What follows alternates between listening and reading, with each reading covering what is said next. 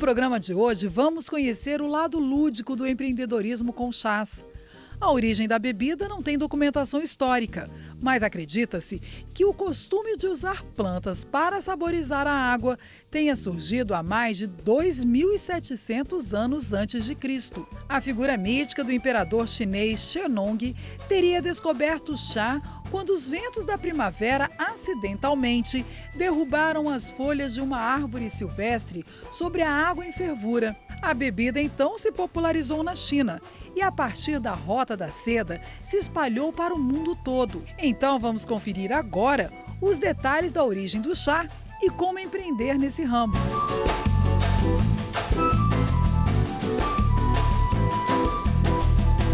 Existe uma lenda que fala sobre a origem do chá, né? Assim, não há registros históricos dessa parte, né? Mas existe uma lenda que fala sobre a origem do chá. Shennong, que foi conhecido como o Divino Imperador lá atrás, em 2500 a.C., 2700, 2500 a.C., ele seria um imperador, mas é mais uma figura mítica. Mas ele seria um imperador conhecido como Divino Agricultor e ele tinha interesse em catalogar espécies botânicas. E dizem que ele estaria, né, experimentando essas espécies botânicas e se envenenou, começou a se sentir mal experimentando essas plantas, até que uma folhinha veio voando, entrou na boca dele, ele mastigou essa folha e essa folha curou o Shennong do envenenamento. Dizem que o estômago dele ficou transparente e brilhoso e essa planta seria a Camellia sinensis, que é a planta que dá origem ao chá. Outras versões dessa mesma história dizem que, na verdade, depois de catalogar essas plantas, ele estaria descansando embaixo de uma árvore com uma xícara com água quente, que era como se consumia, né, a água à época, por razões até sanitárias. E aí ele tomou essa bebida e viu que essa bebida dava uma disposição, mas sem dar aquela agonia nele, né? Assim, então ele tomou aquilo, se sentiu desperto, mas ao mesmo tempo calmo. E aí dizem que seria a origem do chá. Existem outros registros arqueológicos de 200 anos antes de Cristo, 200 anos antes de Cristo, que falam sobre a presença do chá na Rota dos Cavalos, que ia da China até o Tibete, e algumas urnas já foram também achadas enterradas junto a imperadores e tudo mais com o chá.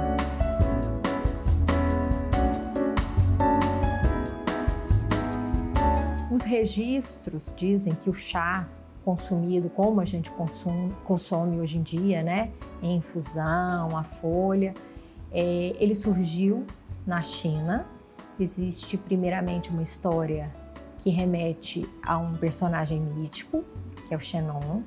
Depois esse consumo ele foi estabelecido, escrito por Lu Yu dentro da China, e o processamento dos diversos tipos de chá, todos vêm de uma mesma planta, a Camellia sinensis, mas a gente tem famílias de chá, chá branco, chá verde, chá amarelo, oolong, preto e pós-fermentado, todas foram inventadas na China.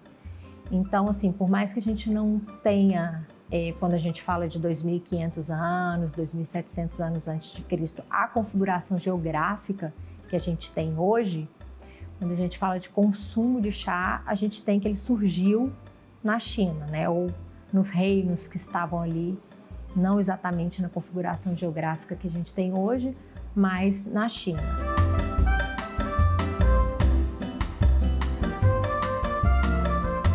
O chá, ele começou a ser consumido, né, nos seus primórdios, como medicina.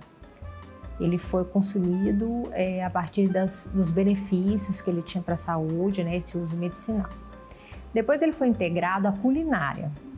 De um modo geral, ele era consumido como uma sopinha, com legumes, com outros vegetais, com temperos salgados e também como um mingau, com leite, com casca de laranja. E aí, depois de um certo tempo, dentro da história da China, eles perceberam o potencial de uso social desse chá. Então, ele passa a ser consumido. Ele era feito de uma forma prensada, parecendo uma moedinha mesmo. Depois, ele era moído e batido. E aí, a partir de então, se estabeleceram formas de consumo. Então, havia toda uma etiqueta associada, apresentações feitas com aquele chá. Sabe esses desenhos que a gente vê hoje em cafeteria, na espuma do café? Eles já existiam lá atrás, quando o chá era consumido desse jeito, batido, moído e batido. Ele formava uma espuminha em cima e desenhos eram feitos. Então, tinha todo um conteúdo artístico e cultural. Ele era inicialmente mais afeito às camadas da elite, né, da sociedade, justamente por esse refinamento que ele tinha. Então ele começou a ser consumido dessa forma, em eventos sociais, de uma forma artística, de uma forma cultural, associado à poesia, a esse tipo de encontro. E por último, que foi estabelecido o consumo em folhas soltas, né? É bem mais recente, assim, é bem uma história quase contemporânea o consumo desse chá em folhas soltas.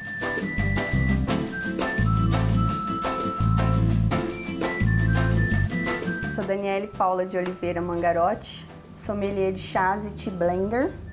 Eu também tenho de formação biologia, engenheira agrônoma, sou mestre em ciências ambientais e sou doutora em agronomia. Tenho 42 anos e fundei a Canfa há 2 anos e 8 meses. Eu sempre fui apaixonada por tudo que era relacionado a plantas, então automaticamente chás e infusões. E então as plantas sempre guiaram os meus caminhos. A palavra Canfa significa plantas que curam em Caigangue. Caigangue são os indígenas que mais povoaram o sul do Brasil, junto com os guaranis, e a minha avó era caigangue. Então, quando eu decidi empreender com o chá, eu quis escolher um nome que representasse ancestralidade, homenageasse a medicina ancestral e feminina que são os chás. Em 2014, eu estava cursando meu doutorado, então eu decido ali que eu quero trabalhar o resto da minha vida com chás e infusões.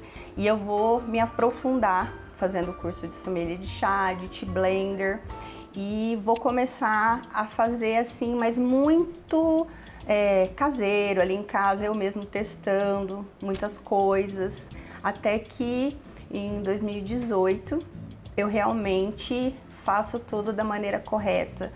Alugo esse endereço, vou atrás de toda a documentação e começo a empreender com o chá. Só que eu não tinha Canfa, eu tinha sociedade com outras pessoas e nós começamos fazendo o que se chama de white label, que é criar e produzir blends de chá para outras marcas, para outros empreendedores. E aí eu vou ficar alguns anos até que eu consigo realmente realizar o meu sonho, que era ter uma marca própria, fazendo os blends exatamente da maneira que eu gostaria.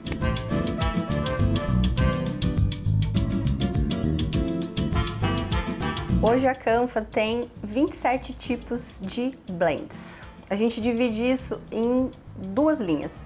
Nós temos 15 blends da linha clássica, onde a gente divide eles em 5 tipos. A gente tem chá branco, a gente tem os de chá verde, a gente tem de chá preto, a gente tem as infusões e os chais, que são blends mais indianos, né, que é chá preto com especiarias. A outra linha da Canfa é a linha Signos. Eu já falei para vocês um pouco sobre a minha formação acadêmica, mas não falei para vocês geralmente aquilo que dá mais ibope quando eu falo, é que eu sou astróloga. Então eu uni todo o meu conhecimento acadêmico ali, né, da biologia, da agronomia, do mestrado, do doutorado, sommelier de chá, junto com a astrologia. Estudei durante 4 anos a fundo sobre a regência dos planetas, sobre a filosofia dos povos antigos, as culturas, e criei um blend de chá para cada signo baseado nesse estudo. Os blends da linha clássica, como que eu sempre penso? O critério número 1 para mim é que seja muito bom. O chá para mim é algo que tem que dar prazer, tem que ser gostoso. Esse é o primeiro critério. O segundo critério é quais benefícios para a saúde, quais os elementos de cura que eu quero levar para as pessoas.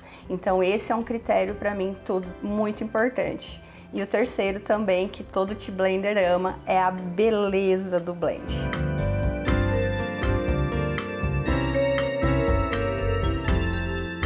Para a escolha de um blend, né, para saber se eu vou lançar esse blend ou não, tem alguns critérios. A questão de ter um sabor que agrade, como eu já expliquei para vocês, é assim importantíssimo. Como eu sempre fui a pessoa, a Dani, a menina do chá, então eu sempre levava os chás e sempre tinha aqueles que faziam mais sucesso. Então eu já tinha uma ideia do que era mais comercial também, o que as pessoas querem. Isso para mim também é importante. E aí é o sabor, é o benefício para a saúde que aquele blend vai trazer, porque para mim o chá, ele é sim uma medicina ancestral e feminina que traz cura, e a questão da beleza do blend. Porque o que é um blend? Blends são misturas. Então essa arte, né, essa alquimia de juntar folhas, flores, frutas, especiarias, eu gosto de testar muito e pedir também assim a opinião daquelas pessoas bem diferentes para que eu tenha ali uma ideia de qual vai ser sucesso. Falando um pouquinho sobre o controle de qualidade. Então, por exemplo, toda vez que chega um lote novo de insumo, eu vou provar ele, né? Eu vou abrir, eu vou olhar, eu vou experimentar. Ali faz o lote novo do chá, também vou provar para saber por quê. Porque às vezes também é necessário ter um ajuste. A gente precisa entender que a Canfa, a gente só trabalha com natureza. Aqui não tem como ter toda vez a camomila ser exatamente igual, uma flor ter sempre exatamente a mesma cor. Então a gente tem esse cuidado de sempre provar, seja do momento que chega, seja quando a gente termina ali o lote e prova o chá, que não é sacrifício nenhum pra gente.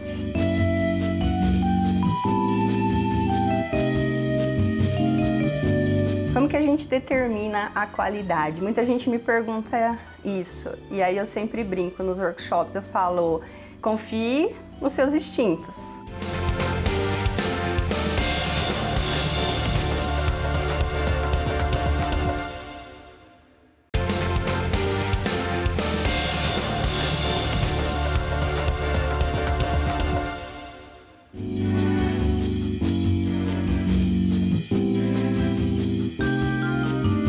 A seleção e a compra da matéria-prima do chá sempre começa com a análise de uma amostra, né? Então eu sempre vou em busca de fornecedores, peço amostra, vou fazer testes para saber, né, se está dentro do padrão do que eu gosto de produtos, porque hoje a gente trabalha com uma gama de 90 tipos de insumos diferentes. Então eu sempre estou em busca de novos fornecedores e de novos insumos também. Como que a gente determina a qualidade? Muita gente me pergunta isso, e aí eu sempre brinco nos workshops, eu falo, confie nos seus instintos, porque a primeira coisa é o visual. Então quando você olha, né, uma camomila que seja, você sabe a diferença de alguma coisa que a cor não é tão vibrante, é acinzentado, esse é o primeiro. Depois você sente o olfato. Aquilo lembra o quê? A remédio, a coisa velha, ou tem um sabor, um aroma de flores. E por último, e o determinante, é a prova gustativa. Então eu faço a infusão e provo, e aí eu fecho ali os 3 critérios para a gente saber. E claro que você conhecer seus fornecedores também faz uma grande diferença. Os principais fornecedores de insumos que a gente utiliza são brasileiros, né? E principalmente paranaenses, que a maioria das pessoas não sabem, mas o Paraná, ele é o maior produtor de plantas medicinais e de orgânicos do Brasil. Então, o brasileiro, ele gosta muito das plantas medicinais aqui, regionais. Então, apesar de eu trabalhar também com menos de 10% dos insumos importados, o grande volume mesmo de chá que é vendido são de plantas medicinais e paranaenses e também de outras brasileiras.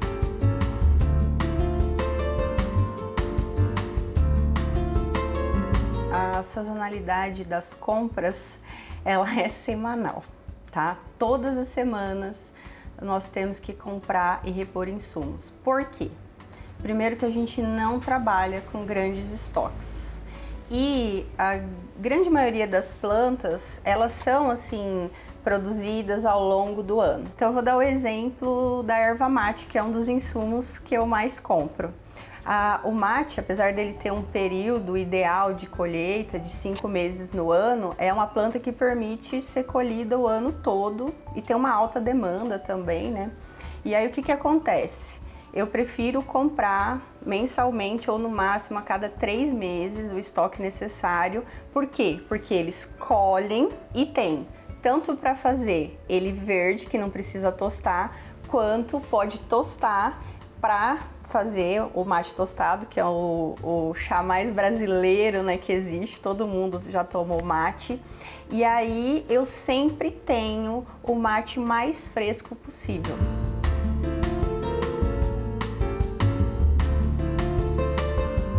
Os insumos, eles sempre chegam aqui, né, via transportadora. Eles chegam, né, em fardos e aí nós colocamos eles ou dentro de potes fechados, né, ou dentro de embalagens grandes, assim, ziplock, porque o insumo, ele não gosta, né, para manter a qualidade dele, ele gosta sempre de que mantenha ele no escuro. Então a gente sempre tem esse cuidado.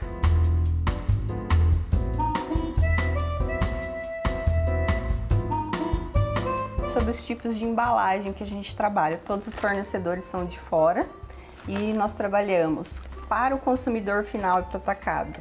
A gente tem a opção de lata, temos o post, tem mesma quantidade, só muda a embalagem, e as embalagens do food service, que é para atender as cafeterias, os restaurantes, os hotéis, que tem 250 gramas, 500 gramas ou 1 quilo. Qual é a forma que o cliente, consumidor final, recebe os nossos chás? Seja a lata ou seja o post, quando é da linha clássica, ele sempre vai nessa caixa e acompanha junto um cartão com todas as informações sobre o blend e inclusive uma playlist que eu criei de acordo com o sentimento de cada chá, tem a sua playlist de música específica. Isso falando da linha clássica. Da linha astrológica, ele vai nessa caixa, na caixa astrológica, e junto vai uma peça de mandala, que ela é colecionável, que se a pessoa comprar os 12 signos, ela forma a mandala completa. E aqui também tem tanto os benefícios desse blend, quanto uma playlist de música específica. Na linha astrológica também vai um cartão junto com uma cerimônia do chá específica para cada tipo de elemento, porque existem pessoas que o signo é de água, tem as de terra, tem as de fogo, tem a de ar. Cada um tem a sua forma melhor de tomar um chá.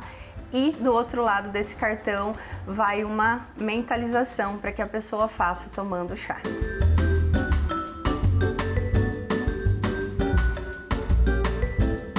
A validade dos produtos, ela foi definida após um teste de prateleira. Então, como a gente está aqui na fábrica há 6 anos, nós começamos ali com uma validade menor e depois de todos os testes que a gente fez, a gente determinou uma validade padrão.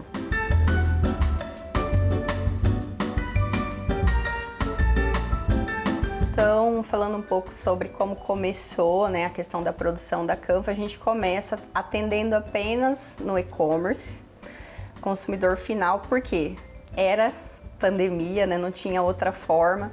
E a gente começa ali vendendo 5 quilos de blends por mês. E aí a gente vai buscando novos tipos de clientes, de mercados, por exemplo, as cafeterias, as lojas de produtos naturais, as lojas de presente, e com isso a gente vai crescendo pouco a pouco ao longo desses 2 anos e 8 meses.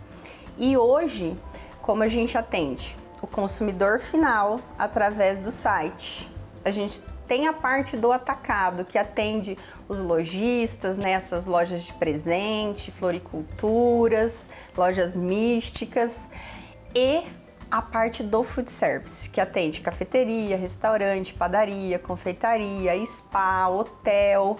Então hoje a gente tem uma produção de 200 quilos, mais ou menos, de chá por mês, e estamos em mais de 300 pontos de venda. Falando um pouco sobre a distribuição e a logística, existe 2 caminhos. Os pedidos do consumidor final, eles chegam através da plataforma do e-commerce.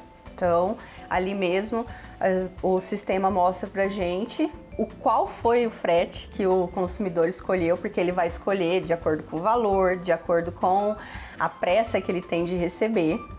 E outra forma de distribuição é o do atacado, né, e o do food service, onde o cliente ele entra em contato com a gente através do WhatsApp.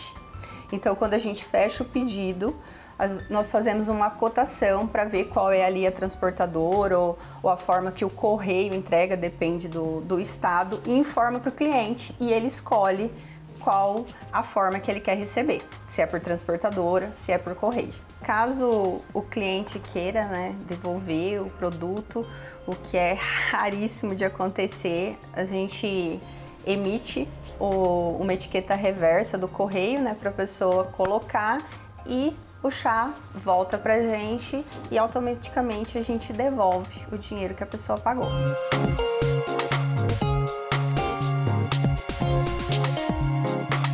Falando sobre os desafios, né, da logística, eu não digo aqui para os estados do sul do Brasil e do sudeste, mas quando a gente sai desse nicho para chegar nos outros estados, né, o custo do frete é desafiante, e também o prazo de entrega, porque, por exemplo, daqui de Maringá a São Paulo, a entrega 1 dia.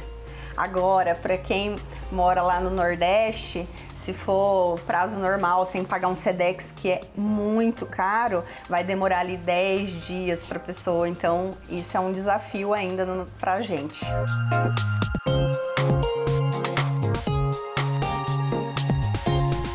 Pensando um pouco no futuro, né, da Canfa, eu sempre volto para o propósito da marca. O meu maior propósito é difundir a cultura do chá natural, ancestral, exatamente como as nossas avós, como as nossas bisavós faziam. Eu estou há 6 anos nesse mercado e eu vi um crescimento muito grande. As pessoas têm voltado os olhos para a natureza. Então, eu imagino o crescimento da Canfa relacionado a impactar mais pessoas e principalmente na questão da conexão. Vocês viram que eu mostrei a caixa rosa da Canfa, eu fiz questão de escrever em todas as caixas: esse chá não é um produto, é um elo. Um outro grande propósito da Canfa é se conectar com pessoas. Então, cada pessoa que chega à Canfa, cada cafeteria, cada restaurante, cada spa, a gente cria um elo. Por quê? Porque eu preciso dessas pessoas me ajudando com que eu consiga levar o chá natural ao maior número de pessoas.